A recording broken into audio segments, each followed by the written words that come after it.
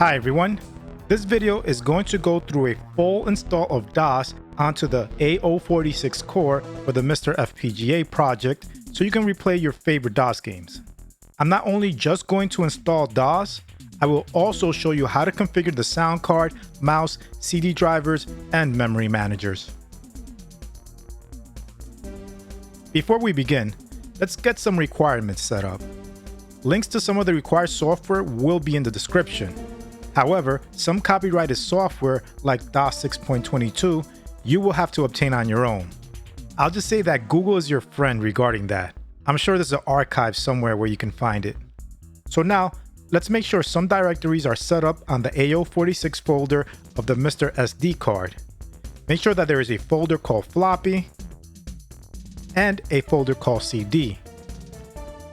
If they do not exist for you, just create them.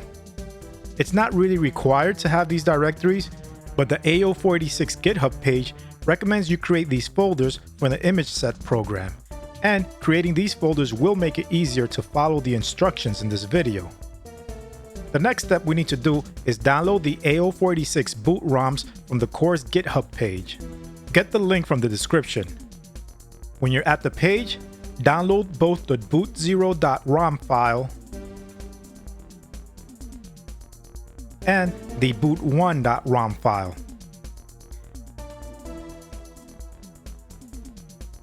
Then copy those files to the AO486 folder on your SD card.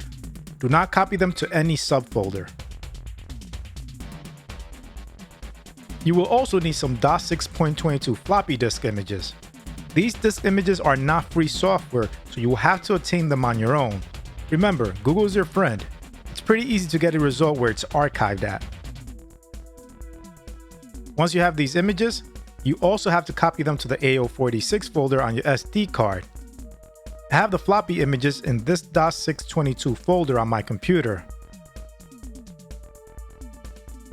I'll then drag that folder onto the AO486 floppy subfolder. For the next step, we're going to create two virtual hard disks, or VHDs for short. One for installing DOS2 in AO486, and another to store some needed files we want ready for our DOS install.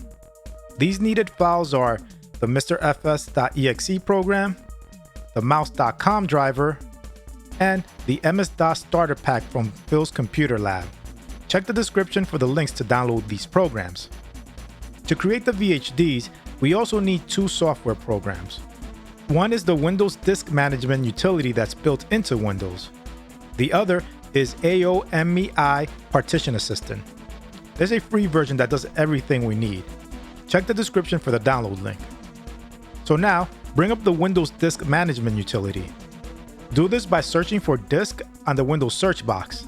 On the results, click on Create and Format Hard Disk Partitions, and the Disk Management utility will show up. To create a VHD, click on Action, Create VHD.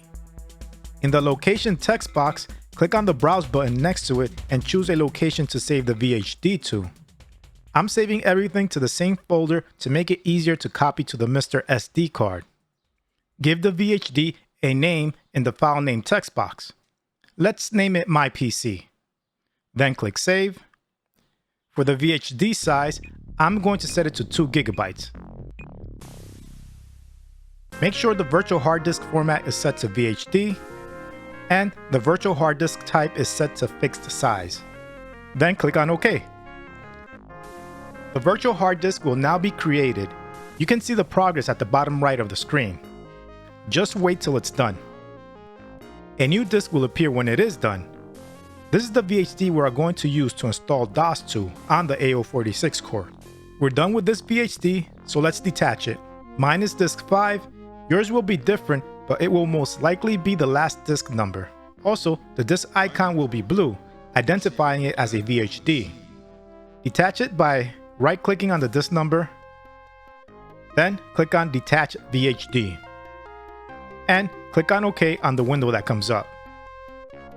Now let's create the VHD where we will store some needed files we want to copy to DOS in AO486. Again, click on Action, Create VHD, Browse to a location to save the VHD to and name it temp. Then save it. I'm not storing a lot of files to this VHD, so I'll only make it 100 megabytes. And make sure disk format is VHD and disk type is fixed size. Click OK. You can see the disk created here. It's disk 5. Make note of the disk number assigned to you. Now we need to format this VHD so that DOS can read it. We need to use the partition assistant program I told you to download. For some reason, formatting to FAT16 using Windows does not work in AO486, so we need a third-party program to do the formatting. So open up the partition assistant program. The same disk will appear here as the Windows Disk Management utility. So I'll right-click on disk 5. You right-click on the disk number that was assigned to you. Then I'll click on Create Partition. On the window that comes up, you can see that the formatting will assign a drive letter of H. For you, it might be different, so make note of the drive letter. Or you can set it to H if it allows you to. Change the file system to FAT and click on OK. Then click Apply on the top left. Click Proceed. Confirm by clicking Yes, and the formatting will begin. When it's done, click on OK. We can now close the program and copy the needed files to the H drive. Here I have the H drive on a window to my left, and a folder with a needed file on my right. I have the mouse driver, the MisterFs program, and the MS-DOS starter pack extracted to a folder. So I'll select all the needed files and drag them over to the H drive. The copying is done, so now I need to detach the VHD in the Windows Disk Management utility. So in the Disk Management utility, right-click on the VHD's disk number and click on Detach VHD. Now I'm ready to copy the two VHDs to the MiSTer SD card. I like using WinSCP to copy files over the network, but you can use whatever method you're comfortable with to copy files to the MiSTer SD card. So just drag the two VHDs we created, one called MyPC and the other called temp, over to the AO486 folder on the MiSTer SD card and wait for the files to be transferred. When the transfer is finished, we will be done with getting all the requirements set up. Now go to your MiSTer FPGA and load up the AO486 core. We are now ready to install DOS. Here we have the AO486 core loaded, but we're getting some errors. This is because there are no floppy or hard disk images mounted, so the core has no idea what to do. Let's load the floppy and hard drive images we created. Bring up the MiSTer menu. For the AO486 core, you will have to hit the Windows key and F12 at the same time to do this. Select floppy A, go to the floppy folder we created, and go to where you have the DOS 6.22 disk images saved. You may have a different amount of disks. It doesn't matter as long as it's DOS 6.22. Select disk 1 image and hit enter. Now select IDE 0-0. Then select the image named MyPC. Now select IDE 0-1 and select the image named temp, which is the one we saved our needed files to. Let's make sure the boot sequence is correct. Scroll down and select hardware. On the boot first option, make sure it's set to floppy/hard disk. Hit left on your keyboard to go to the main menu, then hit right. Now scroll to the save settings option and hit enter. This will make sure we won't have to set these settings again. Scroll down and hit reset and apply.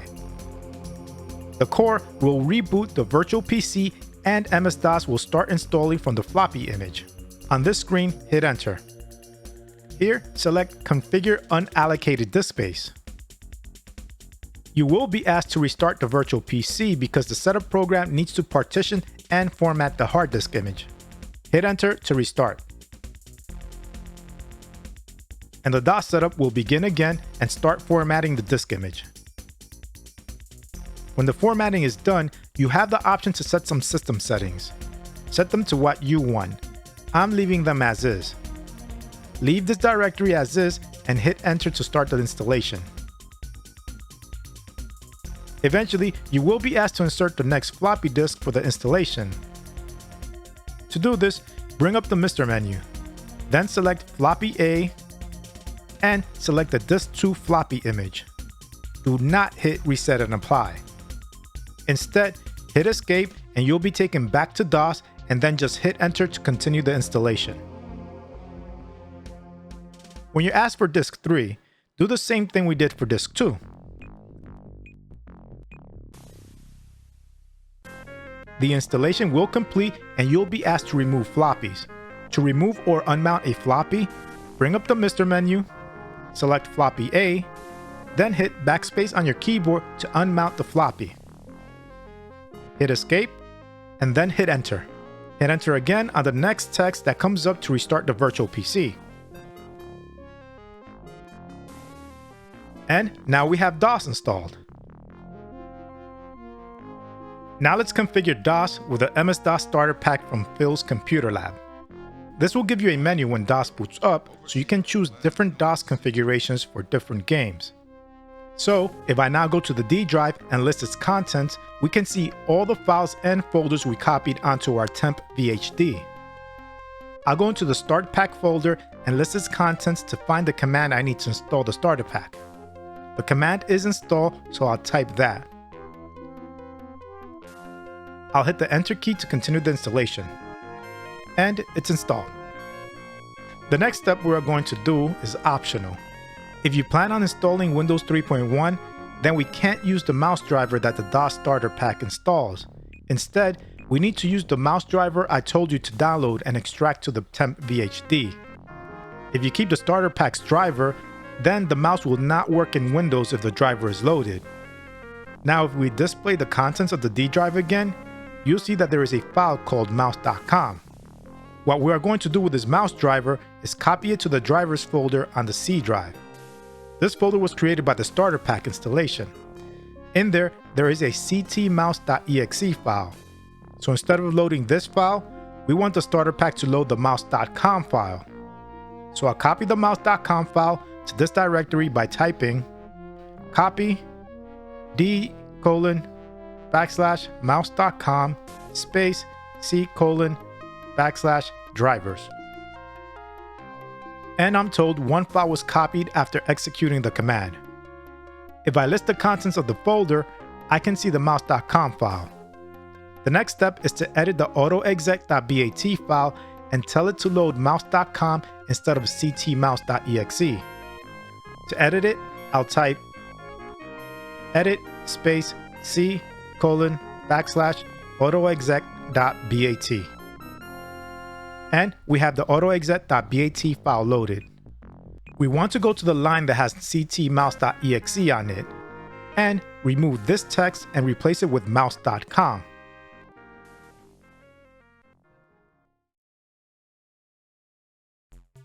I'll save the changes and exit.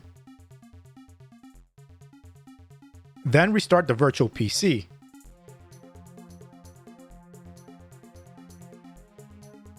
When DOS tries to load, I get a new menu that the starter pack installed. This menu lets me select different DOS configurations in case some games don't work with a specific one you choose. I'll choose this config.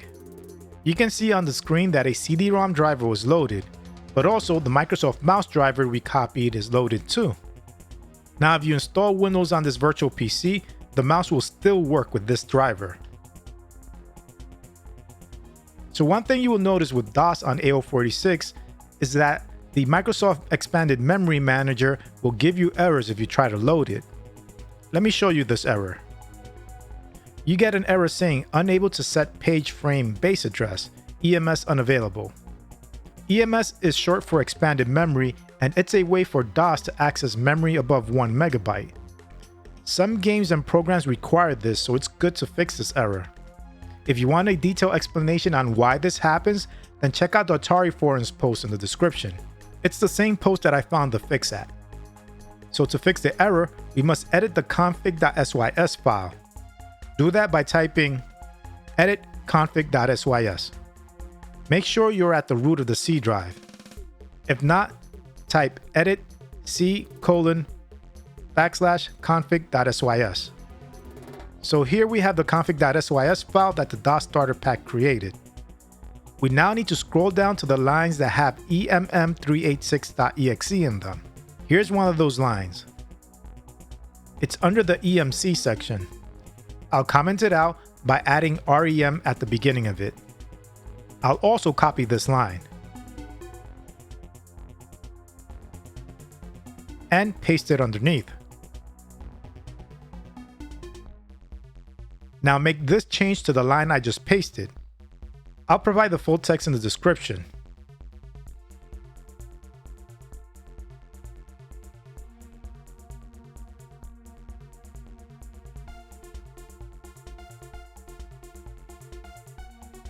We also need to make this change to some other lines, so I'll copy it so I don't have to re-enter it again. I'll move down to the EM section and do the same thing I did in the EMC section.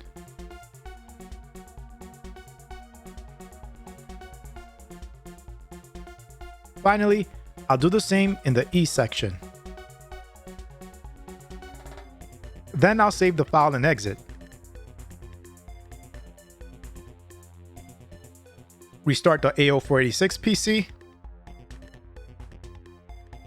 And if I choose a config with expanded memory, I will no longer get that error. And no errors occur. To confirm EMS is working, I'll run the mem command.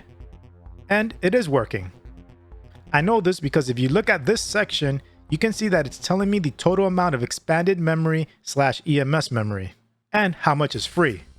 If it wasn't working, then I would not see this section. I'll restart without EMS to show you how it looks like.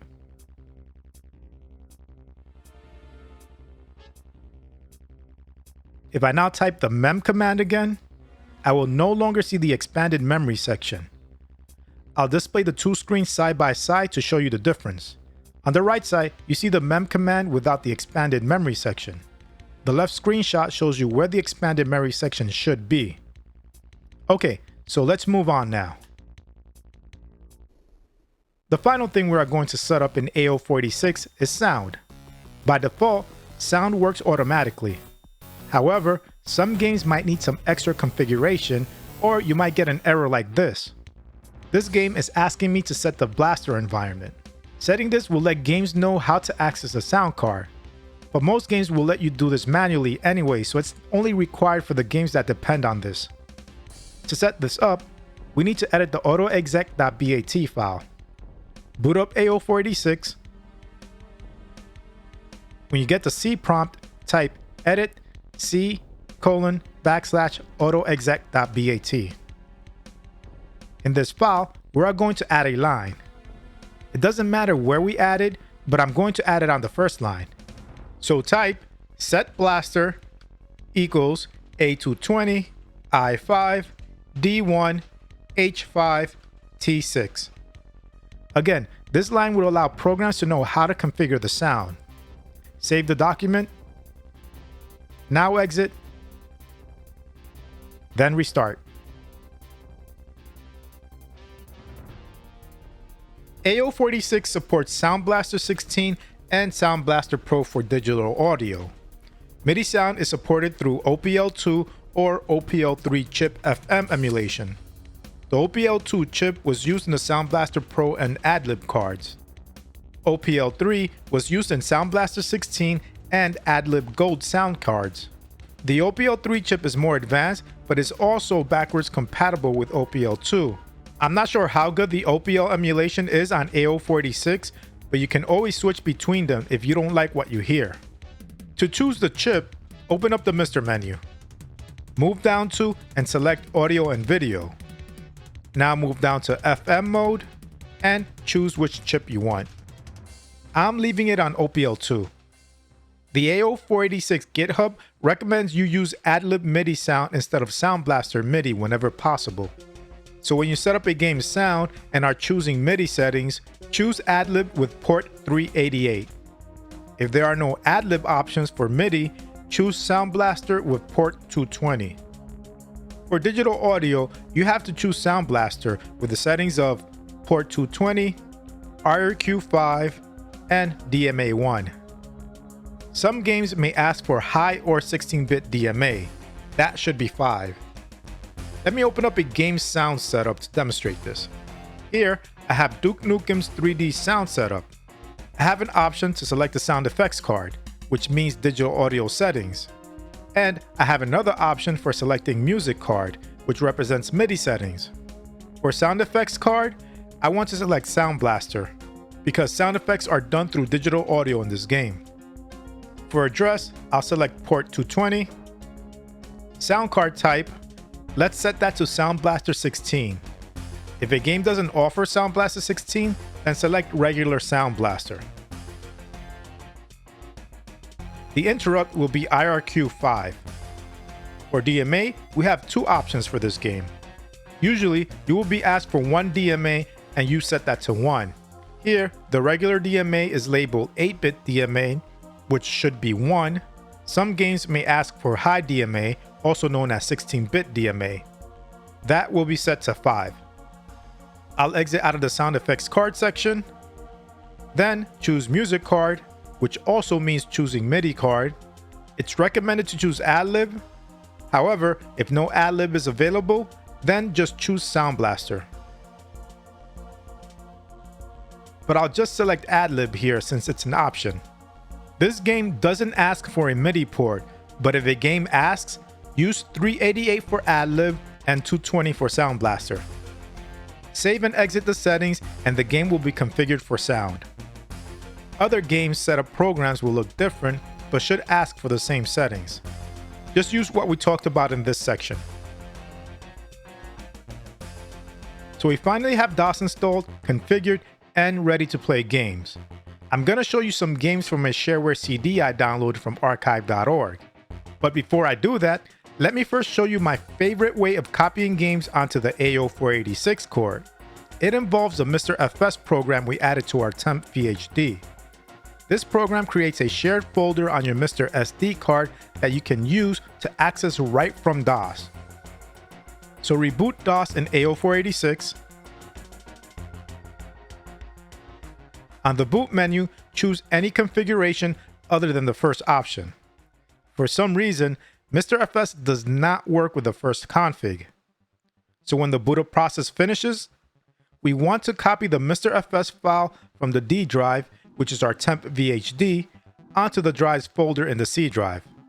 So go to the D drive, list its contents, and you see a misterfs.exe file. Let's copy it by typing the command you see on screen.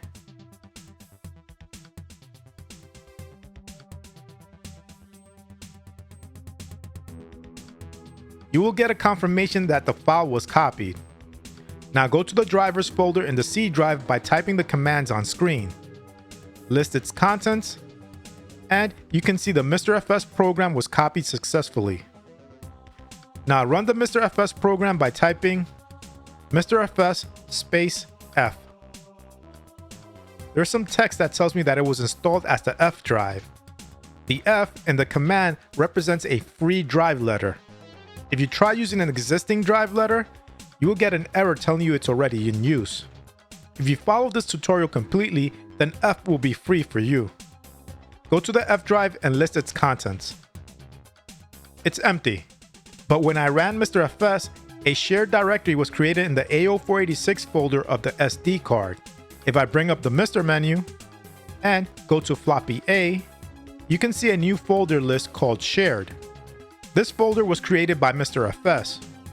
Now I can get on my computer and transfer DOS software to this folder. Then the software will appear on the F drive in DOS. So here I am on my computer using WinSCP to connect to my MiSTer FPGA.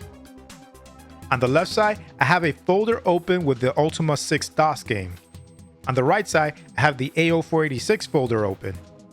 I'll go into the share folder created by MisterFS.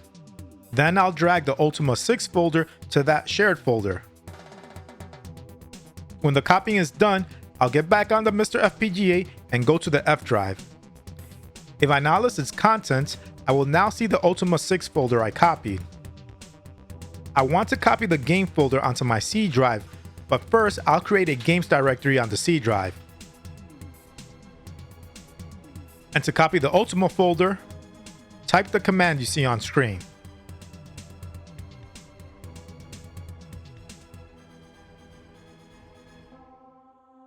After the command is executed, I'll hit D on this prompt and wait for the files to copy. Now it's possible to run games off the misterfs drive, but I've experienced issues doing that. So it's better to move anything you have on the misterfs drive onto one of your virtual hard disks. The copying is finished, so I'll go to the games folder in the C drive and run it.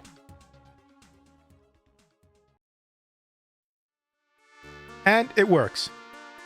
Repeat this with any other DOS games or programs you may have that are not floppy or CD images. You can check out my other videos showing you other ways of getting files onto AO486. They are not easy as using misterfs, but sometimes you will have no other option but to use these other methods. Check the description for links to those videos. So we finally have DOS installed, configured, and ready to play games. To show you some games, I'm going to be using a CD with some popular shareware games. I'll provide the link in the CD ISO in the description. So when you download the ISO, just copy it to the CD folder inside of the AO486 folder on the SD card. Let me also take the time to mention some of my other related videos that show you different ways of getting files onto the AO486 DOS install. There's a video for using floppy images, a video for using virtual hard disks, and my favorite way, using the misterfs program. Check them out to decide for yourself the best way of getting your DOS games onto AO486. Links will be provided in the description. So now boot up AO486 on your MiSTer and select the first option in the boot menu. Bring up the AO486 menu. Move down to IDE 1-0 and hit enter. Go into the CD folder and highlight the gamepack2.iso file and hit enter. Now go to the E drive by typing E:. If your CD drive is different, you can find out what it is on this line when you boot up one of the CD-ROM options in the boot menu. Here it says drive E, so if your drive has a different letter, use that letter. So I'll type E: to get to my CD drive.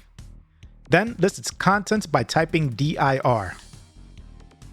I see a setup.exe file that will help me run the CD. I'll type setup to execute the command, and the installation process for the CD will run. Here I'm asked to select the drive I want to install to. I'll choose the C drive, so I'll hit the C key. So this is what was installed, the CD's menu for its list of games.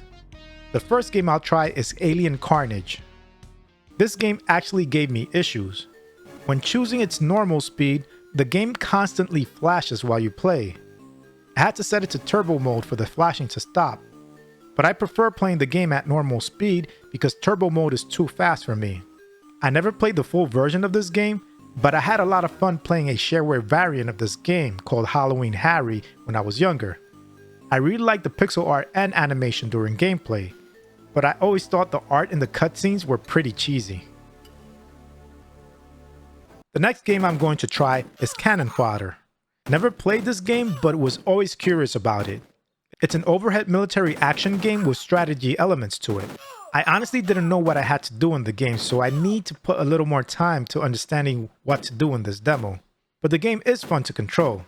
This game has been ported to consoles, but I can't imagine playing it without a mouse.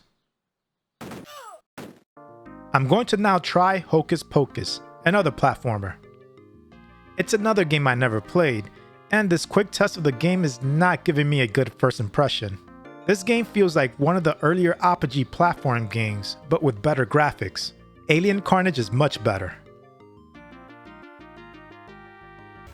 Now I'll try Jazz Jackrabbit. Yes, another platformer that I never played. I really like the speed of the game. It plays a lot better than Hocus Pocus, and you do get a console type feel to this game. But it's definitely no Sonic or Mario. Graphics are nice and the intro is pretty cool.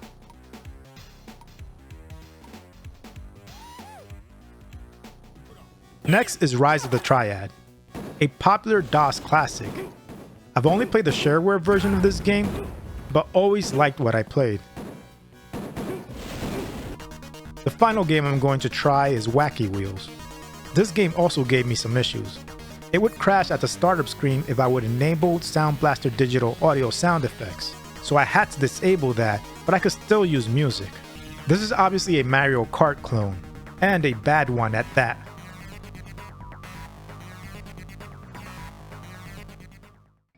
So you now should have a full DOS installed that's ready to play your DOS games.